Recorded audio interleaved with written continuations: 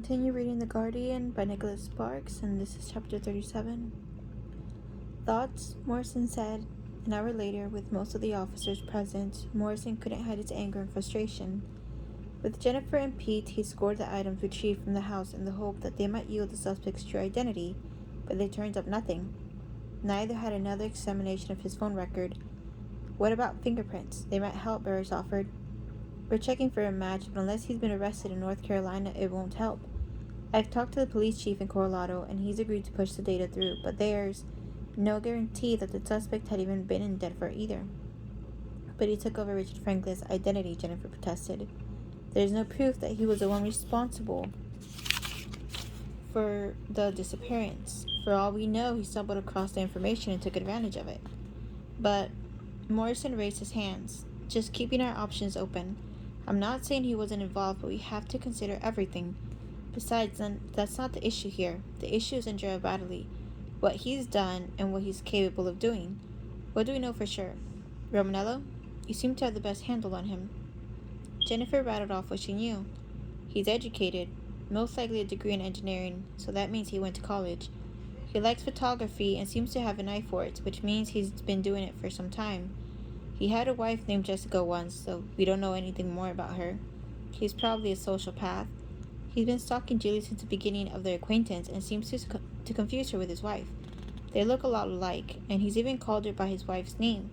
And because of the complexity of what he's pulled off over the past few years, I'm fairly certain he's been in trouble with the law before. I think it's probably on the run, which means he's had experience in hiding from the police. Morrison nodded. Pete, your take? Pete thought for a moment. He's stronger than he looks. He can bench almost as much as me. The other officers glanced at him. I saw him in the gym, he said defensively. Morrison shook his head and exhaled, as if wondering why he'd bothered to ask. Okay, here's what we do. Burris, get down to Blanchard and see if they have any photographs of this guy. We don't have much time, but I want them on the evening news tonight if possible. I'll call the station managers and explain the situation. I also want this guy's picture in the paper, so let's get a reporter down here so we can control the information. I want the rest of you trying to figure out where this guy is. Call every hotel and motel in Swansboro and Jacksonville to see if anyone matching his description checked in today. I know it's a long shot, but we can't ignore the possibility that he's right under our nose. If anything comes up, I want you to go in Paris to check it out. And after that, I need all of you here tonight after the news shows. The calls will come flooding in, and we'll need everyone available to answer them. The most important thing is to find out if they've seen him today, not yesterday, not last week. Then try to weed out the crazies, and we'll see where we are. Morrison looked around. Everyone clear? There are murmurs of assent all around. Then let's go to it. Knowing they would be searching for him in the Swansboro area, Richard had driven 2 hours northeast and checked into a rundown motel right off the highway, the kind of place where the customers paid in cash and no identification was required to check in. Now he was lying in bed and staring at the ceiling. They can look, he thought, but they won't find me. He wondered if the police had learned that he wasn't really Richard Franklin. Even if they had, he knew it didn't matter. They couldn't connect him to Franklin's disappearance or learn his former identity. The hard part had been finding the right kind of man, a man without a family, even with the computers at the various libraries he'd visited while on the run from the law. Cooling the professional association list by using the internet had been tedious and time-consuming, but he'd stayed at it, diligent in his pursuit, looking for exactly the right man as he'd moved from one town to the next. He'd had no other choice given the circumstances, and he could still remember the sense of relief and satisfaction when he'd finally found the one he needed. He'd driven across three states on his trip to Denver, across the Mississippi and through the Badlands, then spent 3 weeks learning the man's routines. He'd watched the real Richard Franklin as he watched Julie now. He learned that Franklin was short and balding, obviously gay, and that he spent most of his time alone. Occasionally, Franklin worked late at the office, and one night he watched Franklin moving toward his car in a darkened parking lot, head down as he sorted through the keys. Franklin didn't hear him approach, and he placed a gun to Franklin's head. Do exactly what I say, he whispered, and I'll let you live. It had been a lie, of course, but the lie had served its purpose. Franklin had done everything that he had asked him to do, and had answered all of his questions. Franklin had gone to the ATM and had packed a suitcase. Franklin had even allowed himself to be tied and blindfolded, in the hope that his cooperation would be rewarded. He'd driven Franklin to the mountains and told him to lie down on the side of the road. He remembered the bagging and how Franklin's bladder had emptied in fear when he'd heard the unmistakable click of a gun being cocked. He had almost laughed at the man's weakness, his smallness, thinking how different they were. The man was nothing, a tiny, inconsequential nothing. Had he been in that situation, he would have fought or tried to get away. But Franklin began to cry, and 3 hours later he was buried in a grave that would never be discovered. Without anyone pressing the search, he'd known that Franklin's file would be buried in the pile of other missing persons and quickly forgotten. As long as Richard Franklin was missing, not dead, the identity had been easy to assume. Since then, he trained himself not to answer to his real name or even to turn when he heard it from across the room, and when he spoke it now it sounded foreign to him. He'd taken care of the real Richard Franklin, just as he'd taken care of his mother and father, and the boys in the foster home, and his roommate in college, and Jessica. His eyes narrowed. Now it was time to take care of Mike. Mabel was sitting with Andrea when her parents arrived from Boone. They'd driven through their fears and tears for 6 hours, and Mabel left the room so they could be alone with their daughter. Moving to the waiting room, she thought about Mike and Julie, hoping they were safe. After seeing Andrea's wounds when the doctor had changed her bandages, she knew with certainty that Richard Franklin was a monster, and that Mike and Julie were in far more danger than they realized. Topsail wasn't far enough away. No, they had to get as far away from Swansboro as they could and stay away as long as it took. She had to convince them somehow. Throughout the evening, the Swansboro Police Department was a hive of activity. After pounding the phones, they'd come across 12 possible suspects who checked into hotels. With the help of the Onslow County Sheriff's Department, they investigated their leads one by one without luck. J.D. Blanchard had a good photograph of the suspect, and Burris made copies before distributing them to the television stations. The report ran at the top of each news broadcast, making the public aware of the man suspected in the assault of Andrea Radley, and letting them know that he was considered extremely dangerous.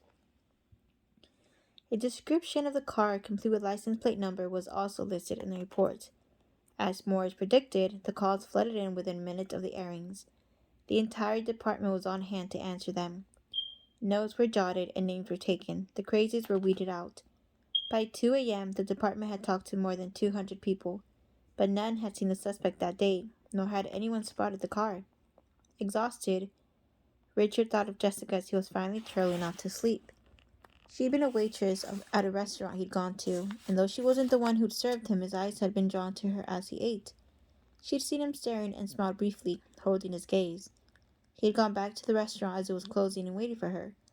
It was as if she'd been expecting him, the way the streetlights played on her features as they walked the late-night streets of Boston. How she stared at him across the table at dinner, the following weekend at Cape Cod, where they had strolled on the beach and had a picnic in the sand, or a picnic and hot air balloon ride. Jessica and Julie, so much alike, his thoughts of them combining into one, images joining together. Julie, her tears as she watched Phantom of the Opera, the sensual touch of her fingers as she cut his hair, her empathy when he lied about his mother's dying unexpectedly, how proud she seemed when she introduced him to her friends at the bar. God, he loved her. He would always love her. A moment later, his breaths were deep and steady. Chapter 38. The following morning, a light mist hovered over the intercoastal waterway, burning off slowly as the sun rose above the treetops. A prism of light cut through the window of the police station, zeroing in on Jennifer's third cup of coffee of the morning. They were looking for a ghost, she thought.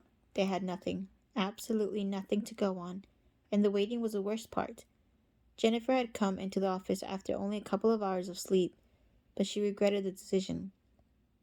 There was nothing she could think of to do. The fingerprints hadn't helped. Though Morrison had decided to use FBI database as well, they were backlogged with cases from around the country, and he'd been informed it could take at least a week to process. The calls were still coming in, of course, and she was answering the phone with regularity. The news had aired again early in the morning and was scheduled to run again at noon, but as with the night before, she wasn't getting the information she needed. Too many calls were coming in from frightened citizens who simply wanted to be reassured, or from others falsely claiming that the suspect was in their backyard. Most of the other officers had come in around the same time she had and were out investigating the claims.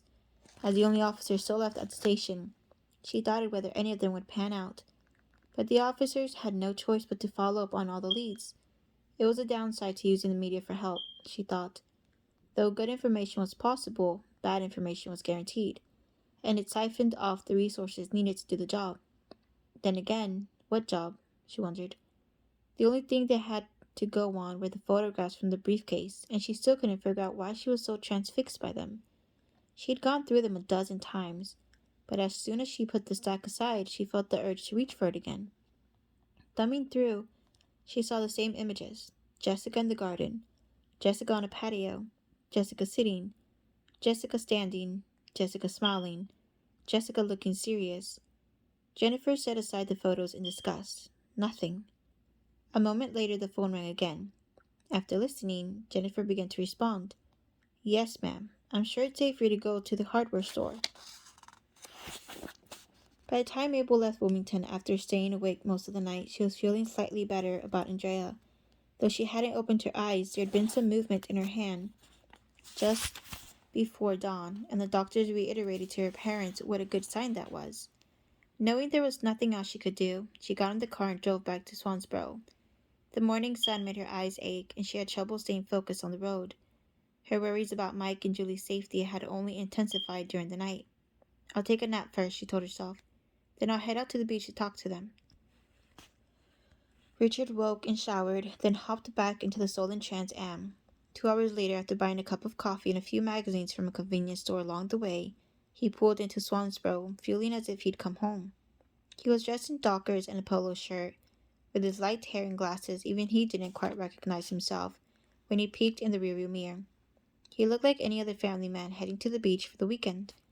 He wondered what Julie was doing at that very moment. Showering, eating breakfast. And was she thinking of him, even as he was thinking of her? He smiled as he dropped a series of quarters into 2 newspaper racks out front. While the Jacksonville paper was a daily, the Swansboro paper came out twice a week. After the convenience store, he made his way to a small park and perched on a bench near the swing sets, then opened the newspaper. He didn't want his presence in the park to alarm any parents. People were paranoid these days about adults hanging around in parks, but he supposed he understood that, even in a small town. His picture was on the front page of the paper, and he took his time in reading the article. It offered basic information, but not much else.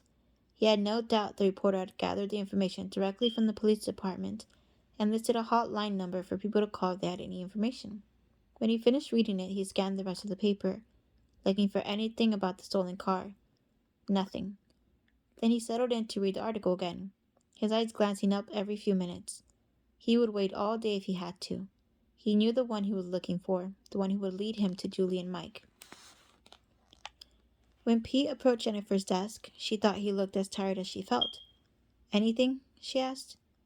He shook his head, stifling a yawn. Another false alarm. How about you? Not much. There's another waitress at the Mosquito Grove who remembered seeing Andrea and Richard together. We also heard from the hospital in Wilmington. Andrea's not out of the woods yet, but the doctors are hopeful. She paused. I forgot to ask this morning, but did you ever end up talking to the detective or Julie's mother? Not yet. Why don't you give me the numbers while you grab some coffee? I'll check them out. Why? We already know why he went down there. I don't know what else to do. Jennifer finally spoke to Julie's mother, but Pete had been right for once. The call told her nothing that she hadn't already assumed. Yes, the mother had said, a man who said he was an old friend of Julie's had come by. A week later, he'd brought a friend with him. The friend had matched the description of the suspect. The call to the private investigator had gone unanswered again. Still no word on fingerprints. Without new information, she was back to where she'd been before, and she was frustrated. Was he still in town? She didn't know. What would he do next? She didn't know. Was he still after Julie? She thought so, but wasn't absolutely sure. There was always the possibility that, because the police were after him, he would simply leave town and start over, the way he'd done in the past. The problem was that, for all intents and purposes, he'd become Richard Franklin. There was nothing personal in the house whatsoever, with the exception of his clothing, his cameras, and the photographs. And the photographs told her nothing, except that he was a good photographer. They could have been taken anywhere at any time, and because Richard developed them, there wasn't so much as the lab they could trace them back to. Jennifer's thoughts suddenly froze as she felt the answer begin to click into place. Anywhere, at any time? Good at photography? expensive camera gear, his own lab to develop them. This wasn't just a hobby for him, she thought. Okay, she already knew that. What else? She stared at the stack of photos on her desk. This is something he's been doing for a long time. Years, even, which meant he might have been using the cameras before he became the man known as Richard Franklin. Pete, she suddenly called out. Are his cameras in the evidence room or are they still with forensics? Franklin's? Yeah, we put them in yesterday. Jennifer jumped up from her chair and started toward the evidence room. Where are you going? I think I might know a way to find out who this guy is. A moment later, Pete was struggling to keep up with her as she made her way to the station. What's going on? Pete demanded. Jennifer was signing out the photography gear at the counter as officer in charge of the evidence locker watched her. The camera, she said, the lenses. This stuff is expensive, right? And like you said, the pictures could have been taken any time. Even with these cameras, right? Pete shrugged. I guess so. Don't you see what that means? She asked. I mean, if he's had these cameras all along? No, I don't get it. What? By then the officer had placed a Tupperware container on the counter, and Jennifer reached for it. Too distracted to answer, she picked it up and carried it back to her desk. A minute later, Pete Gandy watched in confused fascination as she studied the back of the camera. Do you have a small screwdriver? She asked. What for? I need to remove this piece. Why? I'm looking for the serial number. Why? He asked again. Jennifer was too busy looking through her drawers to answer. Damn, she said. They might have one in maintenance, Pete offered, still unsure why she needed the serial numbers. She looked up excitedly. You're a genius. I am? 15 minutes later, she had the list of serial numbers she needed. She gave half the numbers to Pete and took the other half to her desk, trying not to get her hopes up. She called information and got the numbers for the camera manufacturers, then dialed the first one. After she explained that she needed to verify the name and address of the owner, the person on the other end typed in the number. It belongs to Richard P. Franklin. Jennifer hung up and tried the next one, then the next. On her fourth call, however, a different name was offered. The camera is registered to Robert Bonham of Boston, Massachusetts. Do you need the address? Jennifer's hands were shaking as she jotted down the information. Morrison looked it over. How certain are you that this is him? The name was listed on 4 different pieces of equipment, and according to the records, it had never been reported as stolen. I'm willing to bet this is our guy. What do you need from me? In case there's any problem with the Boston Police Department, I'd like you to get involved. Morrison nodded. Done. Jennifer didn't run into any problems. The first detective she reached was able to give her the information she needed. Robert Bonham is wanted for questioning in the disappearance of his wife, Jessica Bonham, 4 years ago, he said. Knowing that staying in one place would arouse suspicion, Richard grabbed his things and moved from one bench to another. He wondered what she was doing inside. But then again, it didn't really matter. He'd learned long ago to be patient, and after glancing toward the windows, he raised the paper again. He'd read every article 3 or 4 times, some more than that.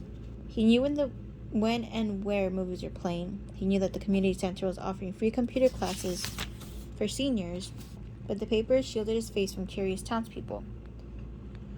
He wasn't worried about being discovered, though he knew they were looking for him. No one would think to look for him here. Even if anyone did, between the newspaper and his altered appearance, he was certain that no one would recognize him. His car was parked around the corner in a grocery store parking lot, and he could get to it easily if he had to. It was, he knew, only a matter of time now. An hour later, with pages still coming through the fax machine from Boston regarding Jessica's disappearance, Jennifer sat at her desk, readying herself for the call she knew she had to make. After she dialed, a female voice picked up on the other end. Hello? Is this Elaine Marshall? Yes, who's this? This is Officer Jennifer Romanello. I'm calling from the Swansboro Police Department. Swansboro? It's a small town in North Carolina, Jennifer said. I was wondering if you had a moment to talk. I don't know anyone in North Carolina. I'm calling about your sister Jessica, she said. There is a long silence on the other end. Have you found her? The voice was weak as if expecting the worst. I'm sorry, but no, we haven't. But I was wondering if there's anything you could tell me about Robert Bonham. At the sound of his name, Jennifer heard Elaine Marshall draw a sharp breath. Why? Because right now we're looking for him. Because of Jessica? Jennifer wondered how much to say. No, she finally said. He's wanted in connection with something else. There was another long pause. He killed someone, didn't he? Elaine Marshall said automatically, in Swansboro. Jennifer hesitated. Is there anything you can tell me about him? He's insane, she said. Her words were clipped as if she were doing her best to stay in control. Everyone was afraid of him, including Jessica. He's violent and dangerous, and he's smart. Jessica tried to get away from him once. He used to beat her. She went to the supermarket one night for groceries and we never saw her again.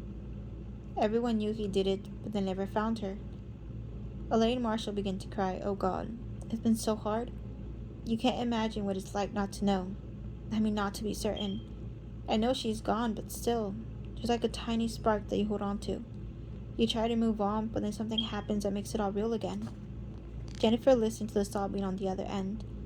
What was he like in the beginning of the relationship? She asked gently after a moment. Why does that matter? He did whatever you think he did. He's evil.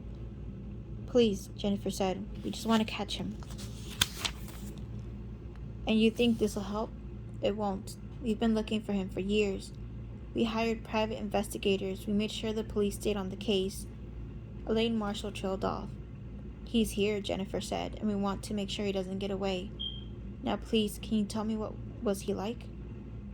Elaine Marshall drew a deep breath, struggling to find the right words. Oh, just like how you'd expect. It's an old story, isn't it? She couldn't hide the sadness in her tone. He was charming and handsome, and pursued Jessica until she fell head over heels for him. He seemed nice at first, and we all liked him. They eloped after dating for 6 months, and after they were married, things changed. He got real possessive, and he didn't like it when Jessica called us.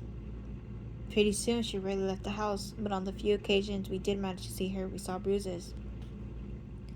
Of course, we tried to talk some sense into her, but it took a long time before she listened to us. When you say that Jessica ran away once, she finally accepted that she had to. For a couple of days, he acted as if nothing happened. He tried to get us to tell him where she went, but of course none of us would tell him anything. We knew what was going on by then. She went to Kansas City, a place where she could start over, but he hunted her down. I have no idea how he did it, but he found her and brought her back, and she stayed with him for a couple of weeks. I can't explain it, other than to say that he had this sort of power over her when they were together. Her eyes were dead when you talked to her, like she knew she could never get away. But my mom and I went over to their house and finally dragged her out of there. She moved back in with our parents, and she was trying to get her life back together. She even seemed to be doing better after a while, and then one night she went to the supermarket, and we never saw her again. After hanging up, Jennifer sat at the desk, thinking about the phone call, the words still ringing in her ears. He hunted her down. Mabel got out of bed and showered. Despite her exhaustion, her worry about Mike and Julie had kept her from sleeping well. She had to talk to them in person, so they knew how serious this actually was.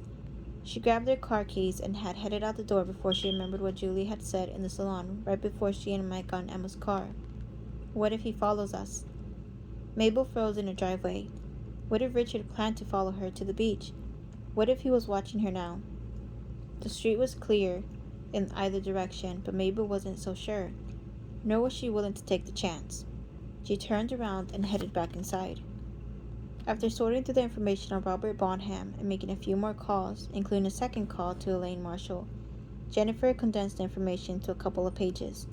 She talked to Pete about what she wanted to do, then together they went in to see Morrison. He looked up as Jennifer slid the pages toward him and took a moment to peruse them. When he finished, she met her eyes. You're sure about all this? Pretty sure. We still have some calls to make, but we verified everything that you see. Morrison leaned back in his chair. He sat quietly for a moment, trying to observe the seriousness of the situation. What do you want to do? Jennifer cleared her throat. Until we find him, I think it's best if Pete stays out at the beach house with Mike and Julie. I don't see that we have another choice.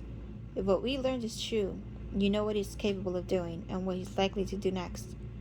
Morrison fixed her with a steady gaze. Do you think they'll agree to something like this? Yes, Jennifer said. I'm sure of it, once they know what they're up against, Are you going to call them? No, I think it would be best if we talk to Julie in person. Morrison nodded. If she agrees, I'll authorize it. A few minutes later, Jennifer and Pete got in the car. Neither one of them noticed a stolen Trans Am when it pulled into traffic behind them. Chapter 39. His name is Robert Bonham, Jennifer began. The real Richard Franklin has been missing for 3 years. I don't understand, Julie said. They were in the kitchen of Henry's beach house. Mike and Julie sat at the table, Pete firmly settling into the position of the silent cop leaned against the counter. Mike reached for Julie's hand and squeezed it. Jennifer knew she had to start at the beginning, since neither Mike nor Julie knew anything about the investigation. Going step by step would keep the questions to a minimum. It would also allow her to explain the gravity of the situation. How is that possible? Mike asked. The real Richard Franklin wasn't married, and aside from his mother who passed away in a nursing home last year, there was no one to notice if his social security number was back in use. And because he was considered missing, not deceased, there was nothing to raise any alarms. Mike stared at her. You think Robert Bonham killed him? It was more a statement than a question. Jennifer paused. Based on everything else we've learned about him? Yes, it seems likely. Jesus. Julie looked out the window, suddenly numb. On the beach, she saw an elderly couple stop in front of the house. The man bent over and picked up a seashell, then put in a plastic pill before moving on. So who's Robert Bonham? She asked. And how do you know that's his real name? We know his name from the serial numbers and the cameras. He'd registered them years ago. It was the only link to his past, but once we knew his name and where he was from, we were able to learn the rest fairly easily. Jennifer glanced at her notes. He was raised outside Boston as an only child. His father was an alcoholic who worked at a chemical plant. His mother was a homemaker. There is more than one allegation of abuse in the home. The police had investigated half a dozen incidents over the years, until his father passed away. After explaining the circumstances behind his father's death, Jennifer tapped the file. I talked to one of the officers in that case. He was retired now, but he remembered it well. He said that nobody believed Vernon Bonham had committed suicide, but because they couldn't prove anything and knew Vernon wasn't exactly the model husband and father, they let it go. But he suspected the kid had closed the garage door and turned the engine back on after Vernon had passed out. As she listened, Julie felt her stomach doing flip-flops. And the mother? She whispered. Died of a drug overdose less than a year later. Again, it was ruled a suicide. Jennifer let the unspoken accusation hang for a moment before she went on. He spent the next few years in foster care, moving from one home to the next, never staying in one place too long. His juvenile records are sealed, so we can't say what else he might have done in his teens. But in college, he was suspected of the assault and battery of his former roommate. The roommate had accused him of stealing money, and Robert denied it. A few months later, the roommate was beaten with a golf club after leaving his girlfriend's place, and spent 3 weeks in the hospital. Though he accused Robert Bonham of it, there wasn't enough evidence to arrest him. A year later, Robert graduated with a degree in engineering. They let him stay in school? Mike asked. I'm not sure they had a choice, since nothing ever went to trial. She paused. After that, there's no record for a few years. Either he moved to another state or stayed out of trouble. We don't know yet. The next bit of information we have comes from 1994, when he married Jessica. What happened to her? Mike asked hesitantly. Not sure if he wanted to know the answer. Jessica's been missing since 1998, Jennifer said. She was living with her parents, and the last time anyone saw her was at the supermarket. A witness remembers seeing Robert Bonham's car in the parking lot that night, but no one saw what happened to her. He vanished the same night she did. You mean he killed her, Mike said. That's what her family and the police in Boston believe, Jennifer said. Mike and Julie leaned back in their seats, both of them pale with shock. The air seemed thick and stifling. I talked to Jessica's sister, Jennifer went on slowly, and that's part of the reason we're here.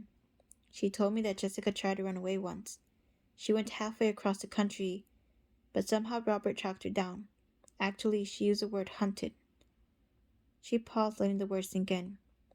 I don't know if you're aware of it, but Robert Bonham, Richard, quit his job a month ago. In his house, we found pictures of you. Hundreds of pictures. From what we can tell, he's been watching you pretty much around the clock since you first started dating, and he's also been checking up on your past. What do you mean? Julie asked raggedly. The week he said he was with his dying mother, he went to Daytona. He went there to learn more about you. A private investigator was checking into your history. We talked to your mother about it. It seems pretty clear that he's been stalking you all along. Like a hunter, Julie thought, her throat constricting. Why me? She finally asked. Why did he choose me? The words came out plaintively, like those of a child on the verge of tears. I don't know with any certainty, Jennifer said, but let me show you what else we found. More? What now? From the file, Jennifer slid a photo across the table, the one she'd found on the bedstand. Mike and Julie looked at it, then slowly raised their eyes again. Uncanny, isn't it? This is Jessica. Here, I wanted you to see this too. Though it made her feel as if bugs were crawling over her skin, Julie glanced at the photo again, and this time she saw what Jennifer was pointing to. Hanging from the young woman's neck was a locket that Richard, Robert, whoever, had given Julie. She heard herself whisper her name. Jessica Bonham, she said. J.B. Behind her, Julie heard Mike inhale sharply. I know this is hard, Jennifer went on, but there's another reason we wanted to talk to you. Because of Andrea and what we believe happened with Jessica, as well as the real Richard Franklin, we'd like to have Officer Gandy stay with you too for a few days. Here at the house, Mike asked? If that's okay. Julie's eyes were almost glassy as Mike glanced toward Pete. Yeah, he said. I think that's a good idea. Pete went out to the car and was retrieving the suitcase he'd packed when he saw Jennifer scanning the homes along the beach. Is it always so quiet down here? I guess so, Pete answered.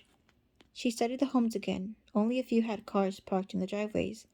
The usual SUVs and Camrys, and a Trans Am as well. Something a teenager might drive. The car she herself had wanted in high school. 6 cars altogether, but that still meant less than a quarter of the homes were occupied. She wasn't quite comfortable with that, but no doubt it was better than staying in town. And you'll stay awake all night, she asked Pete. Yeah, he said, slamming the trunk. I'll catch a few hours of sleep in the mornings. You'll keep me up to speed on what's going on, right? As soon as I find out anything, I'll give you a call. He nodded. Then after a pause, he said, Listen, I know this is something we have to do, but do you really think he's still around? Or do you think he's on the run again? Honestly? Yeah, I think he's around. Pete's eyes followed hers up and down the street. So do I. That night, Julie couldn't sleep. Outside, she could hear the sound of the waves as they lapped along the shore in steady rhythm. Mike was in bed beside her and had opened the window slightly. As soon as he'd fallen asleep, Julie had risen from the bed and closed it, making sure the latch was engaged. From beneath the door, she could see a light glowing from the kitchen. Pete had been pacing the house earlier, but he seemed to have settled down in the past couple of hours. Despite his earlier action, she was glad he was here. Not only was he strong, more important, he carried a gun. From the dune, Richard watched the yellow light glowing in the window of the beach house. He was annoyed that Officer Gandy had decided to stay with them, but he knew that police couldn't stop him. Nor could Mike, or Singer. He and Julie were meant for each other, and he would simply overcome any obstacles to their ultimate happiness. Everything else was an inconvenience, no more challenging than changing his appearance or stealing a car, or having to start over again. He wondered where they would end up after leaving North Carolina. He could imagine Julie enjoying San Francisco, with its sidewalk bistros and views of the Pacific, or New York City, where they could enjoy new theater productions every season, or even Chicago with its spirit and vibrancy. It would be wonderful, he thought, magical. Sleep well, he thought with a smile. Sleep and dream of a new future, because tomorrow night it begins.